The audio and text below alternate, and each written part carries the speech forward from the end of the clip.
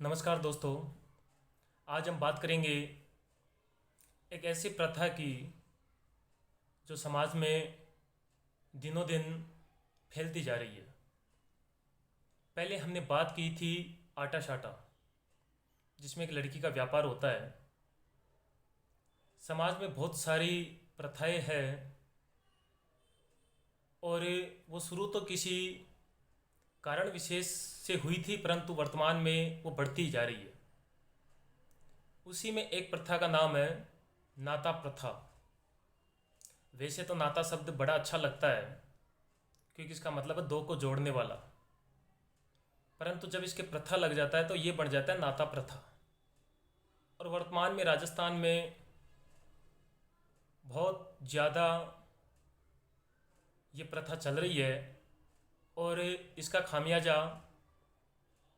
कहते हैं कि रिश्ता तो दो में होता है, एक लड़की और एक लड़के में, परंतु भुगतना एक लड़की को ही पड़ता है। इसमें भी नाता प्रथा क्या होती है, इसकी शुरुआत कैसे हुई, इसके बारे में हम विस्तार से अध्ययन करेंगे। नाता प्रथा शुरू हुई एक लड़की की अस्मिता बचाने के लिए, समाज की धारा में उसको लाने के लिए, परंतु वर्तमान में इसका दुरुपयोग होता चला गया। और दुरुपयोग करने वाले कौन लोग हैं? हम ही में से कोई है जो इसका दुरुपयोग करता है। अब इसका दुरुपयोग कैसे होता है और नाता प्रथा होती क्या है? नाता प्रथा में क्या होता है कि एक विधवा या एक परित्यक्ता नारी को किसी दूसरे के भेज दिया जाता है, दूसरे व्यक्ति के भेज दिया जाता है, और उसमें उस लड़की के पिता या उसके पति को एक निश्चित धनराशि दी जाती है। अब जहाँ पर धनराशि की बात आ गई तो सामान्य तौर पर हम पता लगा सकते हैं कि ये बातें तो गलत ही है, क्योंकि लड़की कोई एक वस्तु नहीं है जो उसको पैसों में बेचा जाए। और यही सबसे बड़ा कारण है, यहीं से शुरुआत होती है कि लड़की को इसमें एक व्यापार बना के रख दिया गया है।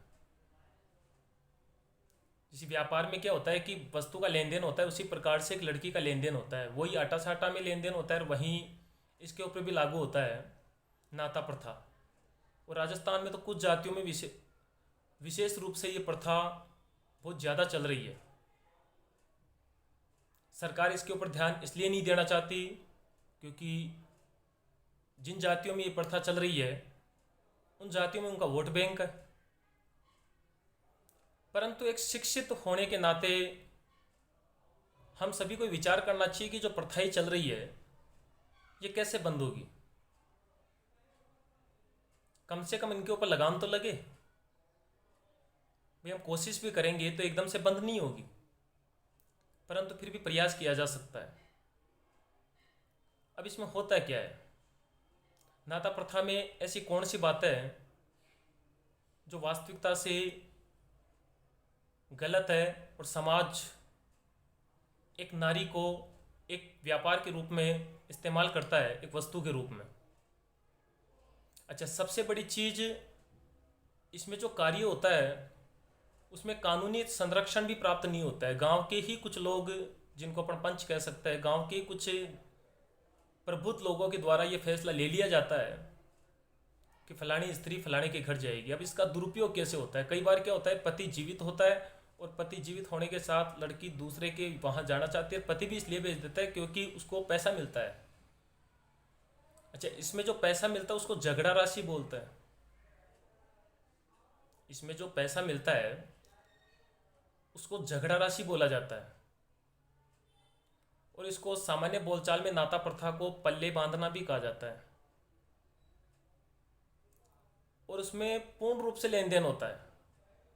और सबसे बड़ी चीज़ है कि इसमें कोई रीति रिवाज नहीं होता है, क्योंकि वो जो लड़की होती है वो विधवा होती है, परित्यक्त होती है, तो इसमें कोई रीति रिवाज नहीं होता है। सामान्य औपचारिक सौंप दिया जाता है, जैसे एक वस्तु को दिया जाता है ना, वैसे सौंप दिया जाता है। और कई बहनों के साथ ऐसा गलत हो रहा है और कई शिक्षित लोगों के सामने ये बातें हो रही है। और वर्तमान में तो समाज अंधा होकर इन चीज़ों को देख रहा है और सब समझ भी रहा है, परंतु बोल कुछ नहीं रहा है। तो ऐसी बहुत सारी प्रथाएं हैं समाज में। वैसे तो हम कहते हैं कि बेटी बचाओ बेटी पढ़ाओ, कहते हैं कि बेटा आगे बढ़ेगा तो एक परिवार आगे बढ़ेगा, परंतु बेटी यदि आगे बढ़ेगी तो दो परिवार आगे बढ़ेंगे। ऐसे बढ़ेंगे परिवार, या ऐसे विकास होगा देश का, या ऐसे एक लड़की का विकास होगा? हम जो बात करते हैं वो समाचार पत्र पत्रिकाओं की बात करते हैं, टेलीविज़न की बात करते हैं। इनके माध्यम से हम ये देखते हैं कि फलानी लड़की हमारे देश के इस क्षेत्र में नाम रोशन कर रही है, फलानी लड़की ये रोशन कर रही है। वो सिर्फ कुछ परसेंट हिस्सा है, परंतु बहुत सारा परसेंट हिस्सा ऐसा है जिसमें एक लड़की को बहुत कुछ सहना पड़ता है आज के समय में भी, और वो सब कुछ हमारे सामने होता है, परंतु ध्यान कोई नहीं देता है। एक लाइन है, यत्रे नारेस्तु पूजन्ते रमन्ते तत्र देवता, कि जहाँ नारियों की पूजा होती है वहाँ देवता निवास करता है। परंतु नारियों को यदि नाता प्रथा, आटा साटा प्रथा, भ्रूण हत्या, बाल विवाह, ऐसे बहुत सारी चीज़ें जो होते तो दो में है, अर्थात दो जने होते उसमें, एक पुरुष और एक स्त्री, परंतु सहना एक स्त्री को ही पड़ता है उसमें। तो ये जो प्रथाएं है, यदि तय समय पर इनके ऊपर, वो कहते हैं ना कि यदि समय पर न्याय नहीं मिले तो वो न्याय नहीं फिर अन्याय होता है, और अन्याय एक शिक्षित व्यक्ति के लिए एक पाप के समान होता है। वो कहते हैं ना कि अन्याय करने वाला और अन्याय को देखने वाला दोनों अन्यायी होता है, दोनों पापी होता है। परंतु फिर भी देखे जाने के बाद भी अंधे बन जाना, ये कहाँ का न्याय हुआ? तो समाज की बहुत सारी प्रथाएं ऐसी है जिनके ऊपर ध्यान देना अति आवश्यक है, और समय समय पर ऐसे ही वीडियो, ऐसे ही विचार इस चैनल के माध्यम से उपस्थित होते रहेंगे। तो यदि ये विचार आपको अच्छे लगते हैं, कैसे लगे ये आप कमेंट करेंगे, उसमें बताएंगे तो पता लगेगा कि वास्तविकता में जो बातें कही गई है मेरे द्वारा वो सत्यता के धरातल पर कितनी उचित है, और आगे किस बात पर कहना चाहिए। ऐसे ही विचारों के साथ अपने शब्दों को यहाँ विराम देना उचित है। बहुत बहुत धन्यवाद।